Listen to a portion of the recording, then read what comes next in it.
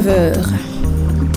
Après un mois de suspension, le gouverneur de la région de Menaka, le colonel-major Lanzeni Konaté, a décidé de lever partiellement la suspension de salaire des enseignants précédemment en abandon de poste de l'académie d'enseignement de Menaka.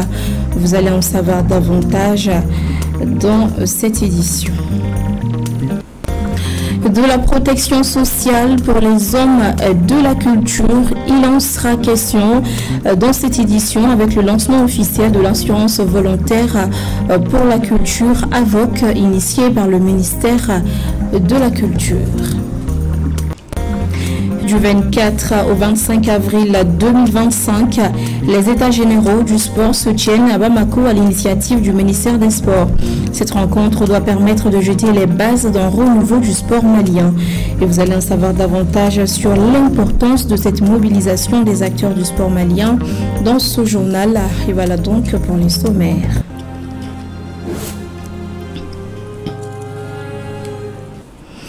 Ravi de vous retrouver pour cette nouvelle page d'information. Bonsoir à tous et bienvenue dans cette édition sur la télé Totalement Vôtre.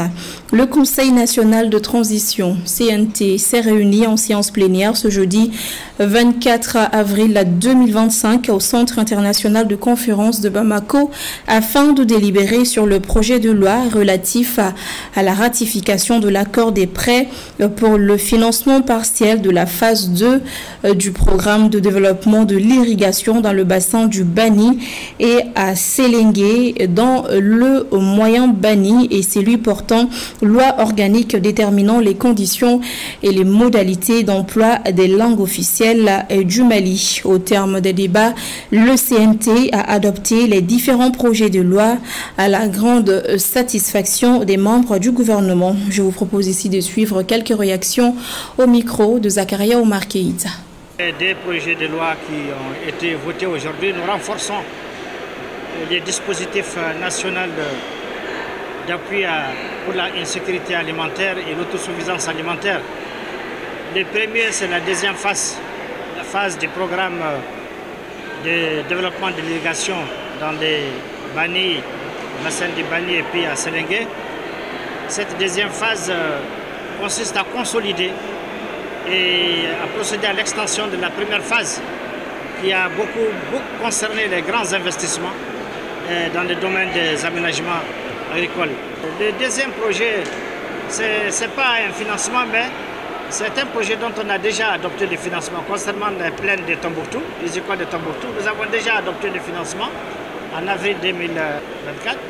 Alors cette fois-ci, il s'agit tout simplement de lui donner un meilleur ancrage en les transformant comme service rattaché à la Direction nationale de l'agriculture, parce que ces plaines de Tombouctou ont joué un rôle important dans l'économie de la région. C'est le sentiment de satisfaction, les questions qui ont été posées, les recommandations qui ont été formulées par toutes les commissions qui ont travaillé sur les deux textes, que ce soit les plaines écoles de Tombouctou et le projet PDBS, donc sont d'une grande pertinence. Et je pense que les rapports qui ont été présentés aussi sont de très bonne qualité. Et ça nous interpelle aussi par rapport à la mise en œuvre des activités des deux projets. Le projet de loi organique portant sur les langues nationales dans notre pays. Ce texte est un texte extrêmement important parce que les langues nationales impriment l'identité d'une nation ou d'un pays. Il s'est trouvé que la commission de loi qui a été saisie de ce texte qui est très sensible, et tout le monde se rappelle des débats houleux autour de l'avant-projet de constitution, du projet de constitution, et pour arriver à ce résultat aujourd'hui, ce n'était pas donné. Mais grâce à Dieu et grâce à toutes les personnes engagées pour les réformes de ce pays, nous sommes arrivés à cette conclusion d'avoir un texte beaucoup plus en harmonie et en accord avec les aspirations du peuple malien. Le texte là est très important. Vous savez, il parle de quoi? Il parle de la constitution du 22 juillet 2023, en son article 31, érige nos langues nationales en langue officielle. C'est-à-dire que c'est un tournant majeur que cet article a introduit dans nos textes. Que nous avons trouvé un cadre organique, c'est une loi qui va maintenant encadrer tout ça. Je vous l'annonçais tout à l'heure dans les titres, le ministère de la Jeunesse et des Sports, chargé de l'instruction civique et de la construction citoyenne, organise les États généraux du sport du 24 au 25 avril 2025 au Centre international de conférence de Bamako. Cette initiative vise à jeter les bases d'un renouveau du sport malien à travers des réflexions, des échanges et des propositions concrètes. La cérémonie d'ouverture était placée sous la haute présidence du Premier ministre, le général Abdoulaye Maïga. Et pour en savoir davantage sur l'importance de cette rencontre, je vous propose ici de suivre quelques réactions recueillies par Aliou Sidibé. La tenue de ces États généraux constitue une étape historique et décisive pour bâtir une nouvelle vision stratégique du sport au Mali. Depuis 1991, après la tenue des États généraux de l'emploi et du sport, notre pays n'a pas connu des concertations de cette grande envergure. Pendant 2 jours, les acteurs et experts issus de toutes les disciplines et sensibilités réfléchiront ensemble, dans un esprit constructif et patriotique, à l'élaboration de réformes ambitieuses et durables, sans oublier le travail remarquable fait lors des concertations régionales et au niveau du district de Bamako. Par ailleurs, des sportifs de la diaspora et des personnes en lien avec le monde du sport au Mali et à l'extérieur ont apporté leur contribution à cette œuvre que nous voulons consensuelle. Nos échanges porteront notamment sur la gouvernance du sport et son financement, la formation et l'accompagnement des cadres sportifs, le développement des infrastructures à travers tout le territoire national, l'intégration du sport dans les politiques éducatives, sanitaires et sociales, la promotion du sport féminin, du sport pour les personnes vivant avec un handicap et du sport de masse. Ces États généraux se veulent inclusifs, participatifs et orientés vers l'action, afin de donner un nouveau souffle à notre écosystème sportif et garantir à nos jeunes, principaux bénéficiaires, des opportunités d'épanouissement, d'excellence et de réussite. Ce rendez-vous historique marque un tournant décisif dans notre volonté commune de repenser, renforcer et projeter l'avenir du sport dans notre pays. En dépit des avancées timides dans certains domaines, comme la gouvernance, les textes de financement et la promotion des infrastructures, les défis restent dans leur majorité sans réponses adéquates, malgré plusieurs assises et l'existence de documents d'orientation. C'est pourquoi le gouvernement a initié ces États généraux en vue d'apporter des réponses pour élever les défis persistants auxquels le sport malien est confronté. Les États généraux ne constituent pas un simple état des lieux, mais constituent une réelle opportunité de construire ensemble une nouvelle ambition sportive. Nous faisons en effet face à de nombreuses difficultés.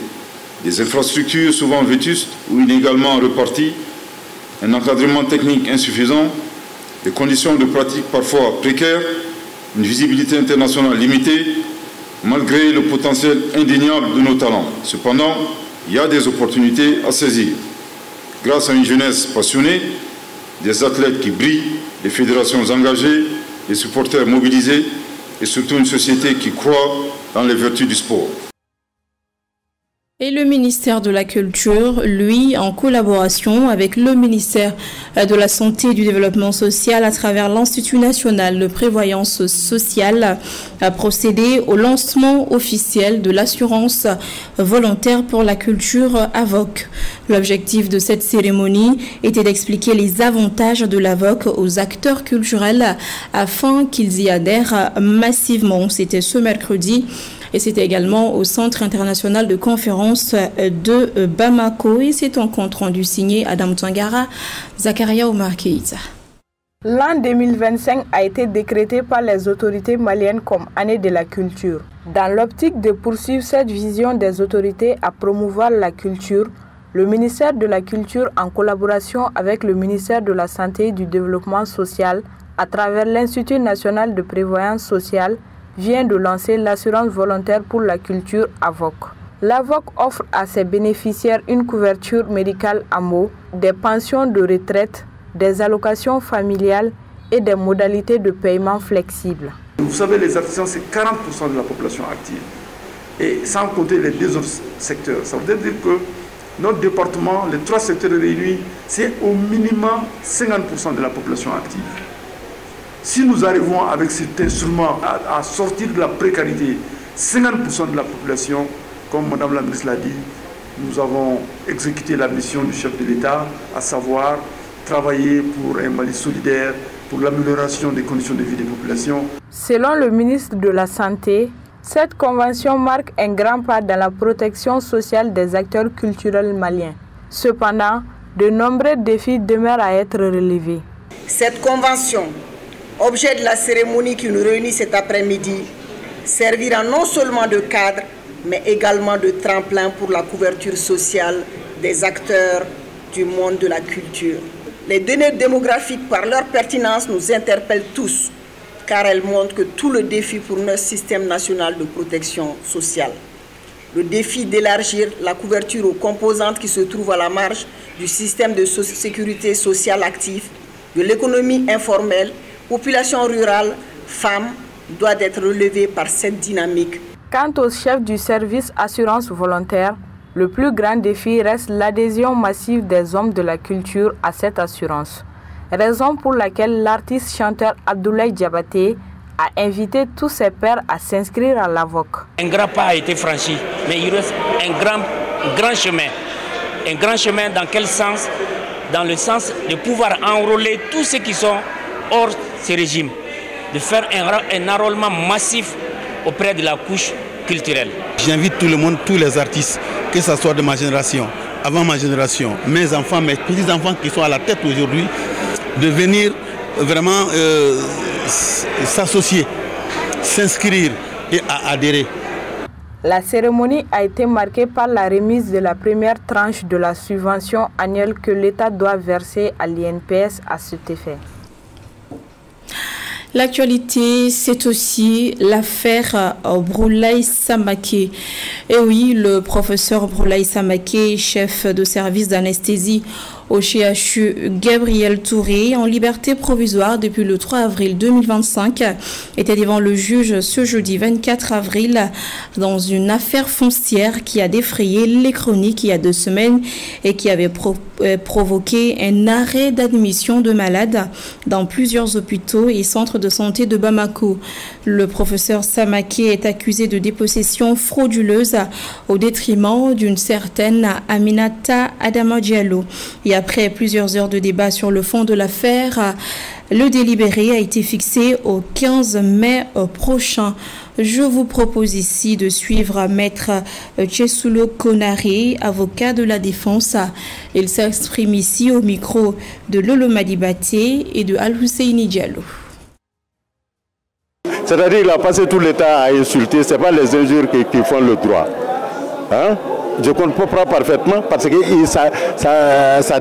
son réquisitoire est faible. Donc il faut être arrogant. C'est tout. Alors que la loi dit, si tu poursuis quelqu'un devant un juge pénal, c'est le lieu de sa résidence. Ou s'il s'agit d'une concession des trucs, c'est l'ex-loti, le lieu de la situation de l'immeuble. Or, la parcelle est à Banangoro. Le tribunal d'ici ne pouvait pas connaître cette affaire. Voilà justement. Alors, après la décision du fond, est-ce que vous êtes sûr que... Nous faisons confiance au président qui maîtrise le droit aussi bien que nous. Actualité à l'intérieur du pays, le gouverneur de la région de Ménaka, le colonel-major Lanzeni Konaté, par décision numéro 2025-000117 en date du 24 avril 2025, vient de lever partiellement la décision de suspension de salaire des enseignants précédemment en abandon de poste de l'Académie d'enseignement de Ménaka. Cette décision entre en vigueur à compter du 1er mai 2025. Rokia Toussori Dambélé nous en parle. Le 1er mai prochain marque la fin de la suspension de salaire pour la majorité des enseignants en abandon de poste de l'Académie d'enseignement de Ménaka.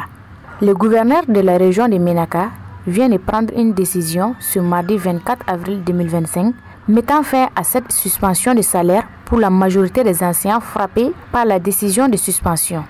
Cette décision de lever des suspensions de salaire par le chef de l'exécutif régional fait suite non seulement à la nécessité du service dans la région, mais aussi à la présence de plusieurs enseignants depuis la décision de suspension en avril dernier. Cette décision de levée partielle de suspension des salaires des enseignants de l'Académie d'enseignement de Ménaka concerne 78 enseignants de l'enseignement fondamental et secondaire. Le colonel-major Lanzeni Konaté invite le directeur régional du budget et celui du contrôle financier et de trésorerie PR à prendre des dispositions pour l'exécution correcte de cette décision. Et Sikasso a abrité ce mercredi 23 avril 2025 le lancement officiel de la campagne de sensibilisation sur les violences basées sur le genre et pour la promotion des opportunités socio-économiques dans le domaine de l'économie verte pour les femmes de Sikasso et de Caille. Une initiative conjointe du consortium Omundi SOS Fin et CAEB financée par l'Organisation internationale pour les migrants. L'objectif est de mobiliser et d'informer les acteurs clés et le public cible sur la lutte contre les VBG et l'autonomisation des femmes dans un contexte de changement climatique. Idrissa Diallo, Pendakone, correspondance. Initiée par l'ONG CAEB et Oumudi, cette campagne vise à sensibiliser, prévenir et lutter contre les violences basées sur le genre qui affectent profondément la vie de nombreuses femmes. Elle doit aussi promouvoir l'accès des femmes à des opportunités économiques durables, notamment dans les secteurs verts pour l'autonomisation des femmes dans un contexte de changement climatique, renforcer leurs insertions socio-économiques dans les régions de Caille et de Sikasso. Il s'agit d'informer les femmes sur les opportunités de formation et d'accès à l'emploi disponible dans les deux régions, sensibiliser les femmes sur les violences basées sur le genre et les filières de formation et entrepreneuriat dans le domaine de l'économie verte pour une meilleure utilisation durable des ressources naturelles.